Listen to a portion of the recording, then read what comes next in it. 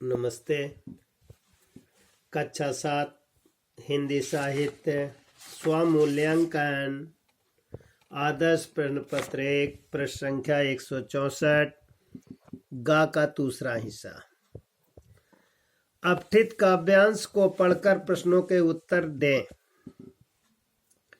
वात बवंडर बिखर चुका है, गगन हुआ निर्मल। नीले नभ में दौड़ रहे हैं अब एक तुम ही बादल। हर्ष मगन हो उजला उजला दिन है मुस्काया, उस पर केवल डाल रहे हो तुम ही दुख छाया। कुछ पहले नभ और छोर तक तुम ही थे छाए, कड़क कौंद बिजली की भेरी तुमने धमकाए। थी रहस्य से भरी हुई तब तेरी घनवाड़ी, तप्त धरा की प्यास बुझाई बरसा कर पानी।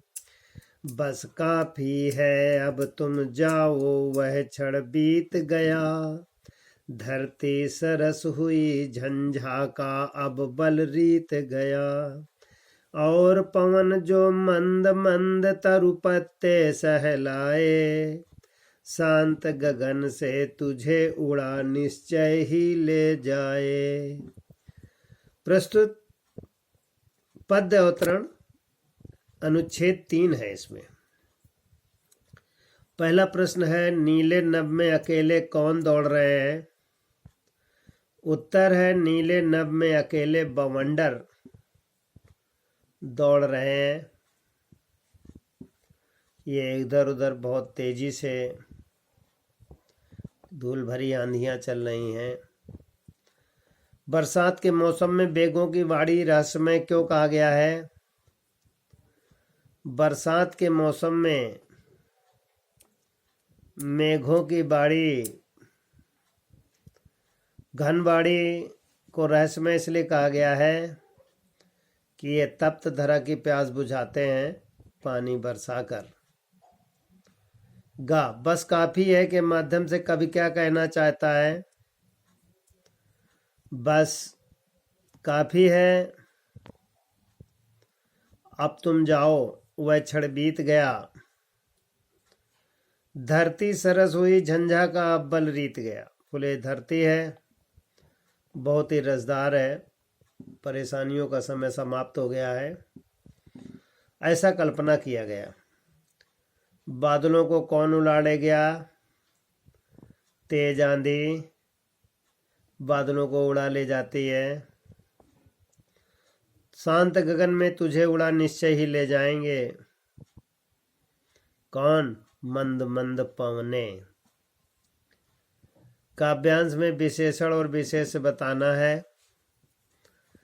शांत विशेषण है, गगन विशेष है,